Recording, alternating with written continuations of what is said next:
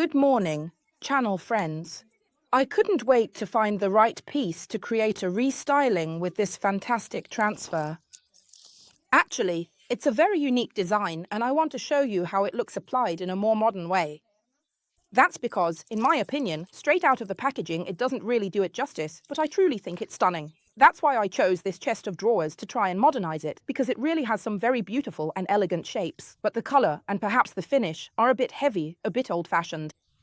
I'm not saying it can't look good in some homes, of course, but in my opinion, it will be more suitable for any type of house, style, or setting, and above all, for any kind of person, because we're going to lighten it up and make it even more chic.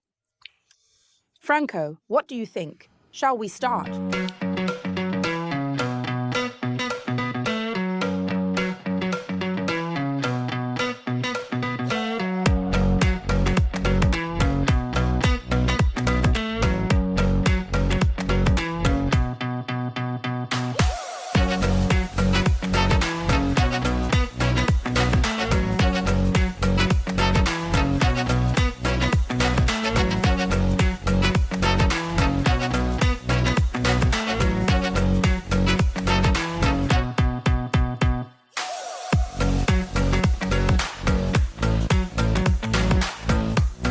I'll start by removing the handles, because I'll put them back on later, as they'll definitely look good, but obviously not like this. They're a bit vintage.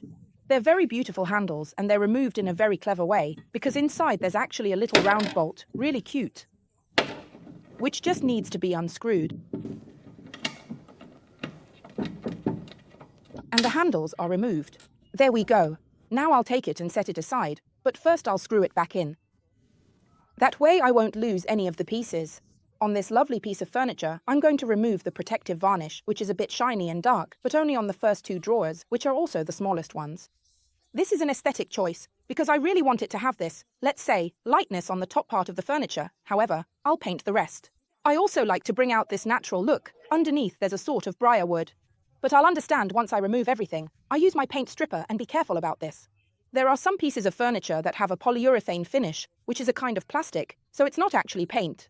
The paint stripper removes paint, but obviously it doesn't remove plastic. Here, I've already done a test in a hidden spot at the back of the furniture, and I saw that it comes off. So I'm good to go. Before grabbing the can and applying it all over the furniture, do this test in one spot and leave it to work for 10 minutes. If you see it crinkle up and it works, then you're good to go. Here, I'm almost sure I'll need to do 2 coats. What does that mean? First, I'll apply it once, like I'm doing now. Obviously, you should never be stingy. You need to apply a fairly generous layer. Once it has done its job, once it has worked, I will remove the first layer with the spatula, and I'll go apply it a second time. Why is that? Because, of course, this finish is very well done and very thick. And so, to remove everything completely, I really need to do at least 2 coats. Remember, why should you always choose a paint stripper like this one, and not a more aggressive one? Because you end up breathing in that aggressive stripper, because it's actually harmful to your hands, and because it's simply not easy to use a paint stripper that's very effective, but also very, very harsh. This one is effective, but it's also gentle, it's biodegradable, and, above all, it doesn't pollute. And you won't harm yourself while using it, so I let it work for at least 15 minutes. Be careful, if you're in the sun or out in the open air, you need to cover it. If it dries out, it won't work. It only works if it stays damp. If you see that it's hot and it starts to dry out, take a bit more and keep massaging it in, like this. Go over it again briefly, move it a little bit, but you mustn't let the paint remover dry out, because as soon as it dries, it stops working. If necessary, use a spray bottle and spray it. I'll move on to the other drawer. As you can see here, it has already worked. It's really been less than 10 minutes. What does that mean? It means that in this spot the paint remover is really taking effect. And as you can see, it's as if it's dried out. But it's really only been 10 minutes, so now we'll start removing it, because, as you can see from the color, it's starting to remove the first layer of patina. Now I'll take off the first layer of patina everywhere and reapply the paint remover. And I'll let it work a second time, because the glossy layer hasn't been completely removed. I'm applying a second coat of paint remover. Be careful never to be stingy. It's better to be a bit generous.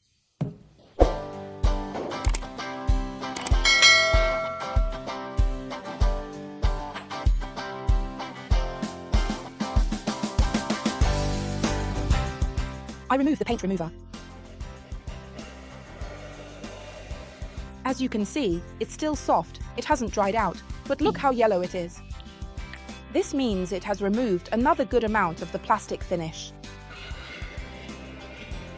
There we go. It's extremely important never to make the mistake of letting it dry out, because otherwise you really won't be able to get it off anymore. This is exactly the limit. You can't leave it any longer than this. To check if we've actually done a really good job, and to see if 2 coats are truly enough for this very thick, dense paint, I carefully remove the excess with just a tiny bit of water and a small amount of ammonia. Ammonia is absolutely amazing because it really removes that slightly milky, cloudy finish left behind by the paint remover. Make sure to use a thoroughly wrung-out sponge, because you absolutely must not add or introduce any water, any moisture. Onto our piece of furniture. You see, our job now is to check whether we've removed everything or if there's still something left to take off. For this drawer, we'll create a different color, starting with Olivia. And I'll add a bit of Rocher because I want to lighten it up, without losing its warmth. In this jar, I have about 2 fingers worth of Olivia. It's a color I've used for many projects, and I had a bit left over, just about 2 fingers, and I hope it will be enough for my chest of drawers, but if it's not, I'll just make some more. So, I take the Rocher and pour it straight in here, in this case. I'm not going to weigh the color, because I want to do it by eye, but if you feel more comfortable, you can add it spoonful by spoonful. Or you can also weigh it. I stir it very well. I try to see if the shade is already the one I have in mind.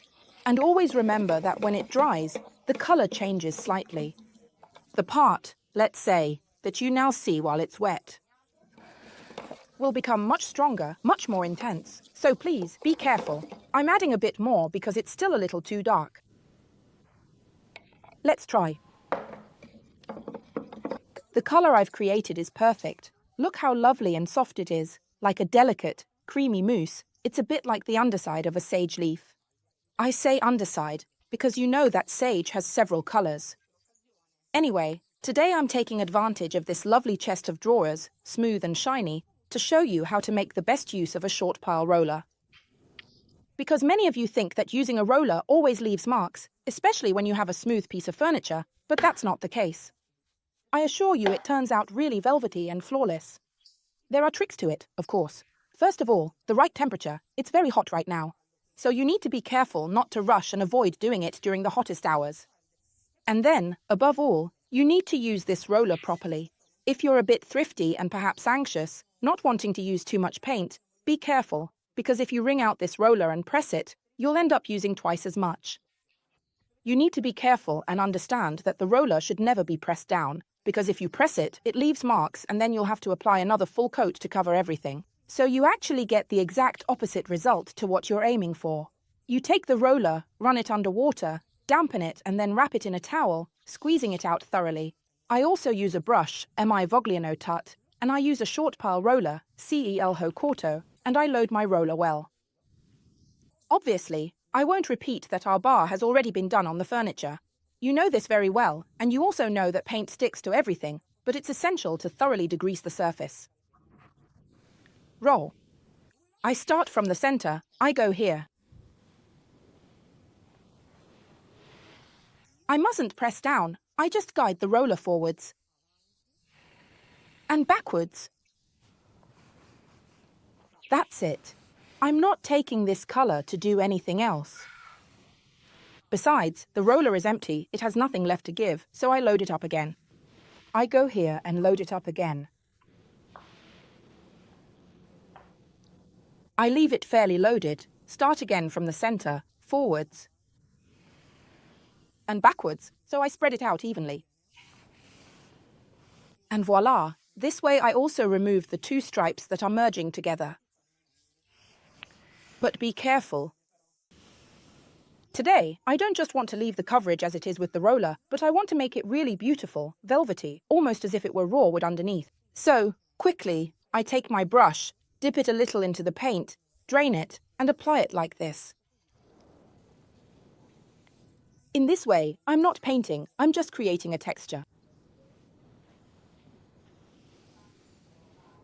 You can see this streaking coming out, which, for me, is wonderful for the style this piece of furniture is meant to have. Obviously, this is just the first coat. With the second, it will be complete.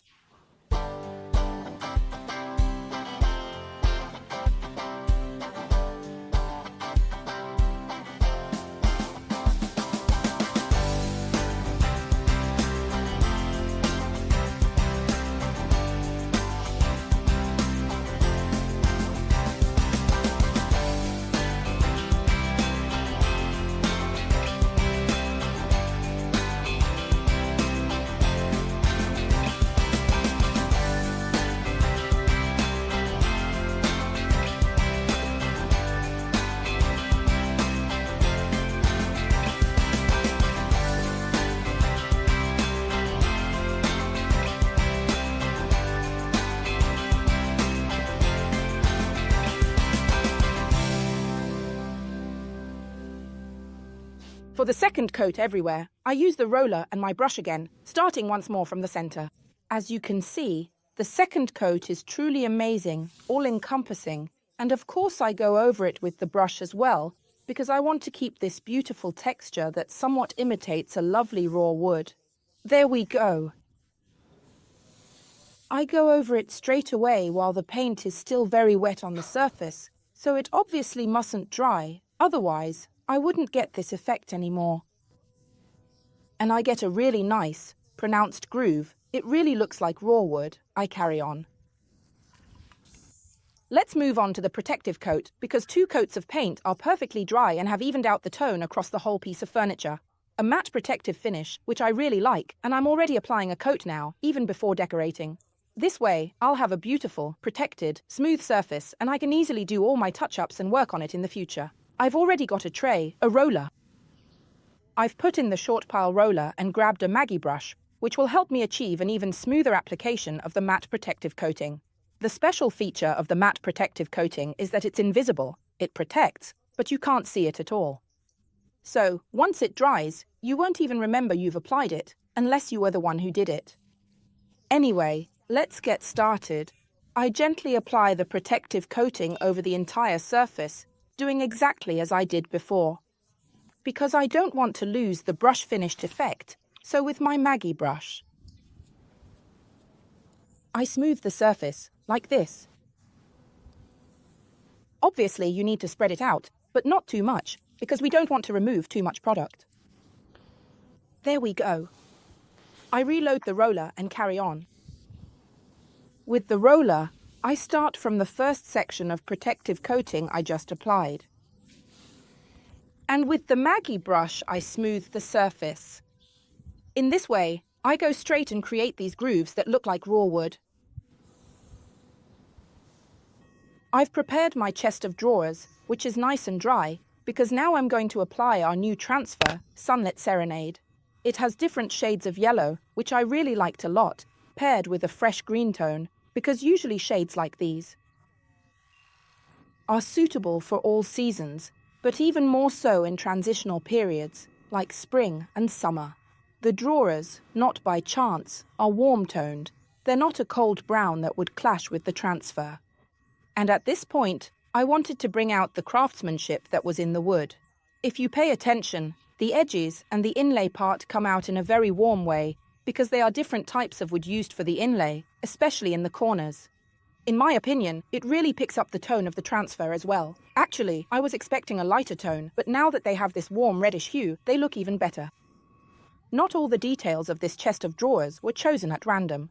In fact, the handles are still missing, which will be a very warm gold once I have lightly smoothed and sanded them. So everything has been carefully designed to create a chest of drawers that is light, elegant, but with very warm tones. If you notice, this transfer has an insert of words right here that goes right in the middle of the chest of drawers, you see? And I really love it because I specifically wanted it here, for this reason. This is the perfect chest of drawers for this transfer. Now, having applied the protective coating everywhere, even on the wooden drawers, I already have a protected base. What does that mean? That I can be sure I won't damage it.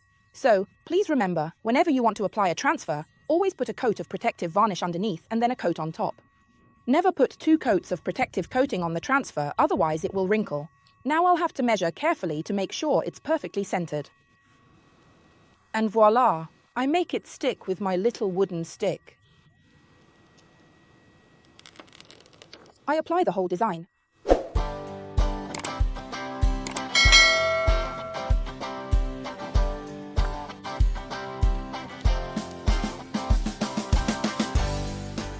Just gently use the little spatula to make the transfer stick to the entire surface. I really love this transfer. It looks absolutely fantastic on this base color. I go slowly and then press down the second piece.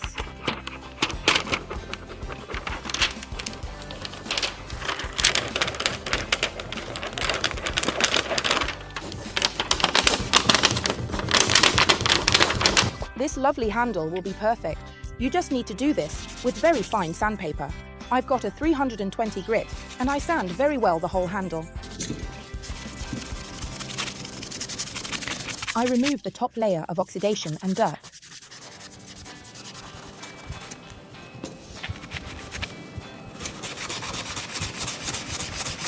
I've put a drop of jasmine oil here on my fine steel wool and now I rub it over the handle.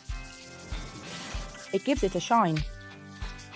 But above all, it will be protected from future oxidation. Protected and shiny. And voila!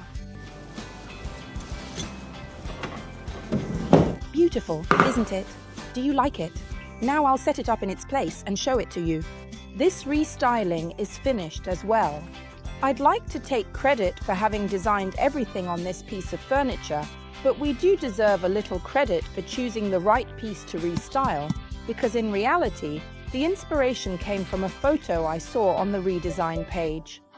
So that means someone has already used this transfer to mix it with a similar color on a piece of furniture that already had 2 drawers with raw wood.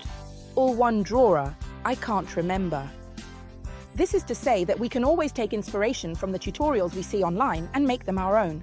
We can change the color, we can have similar but not identical pieces of furniture. The fact remains that we can all always take inspiration from others.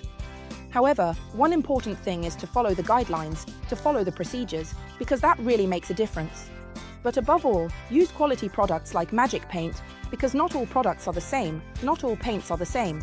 Now, it was easy, because it was such a well-kept piece of furniture that it was really straightforward, it wasn't worn, the color wasn't damaged.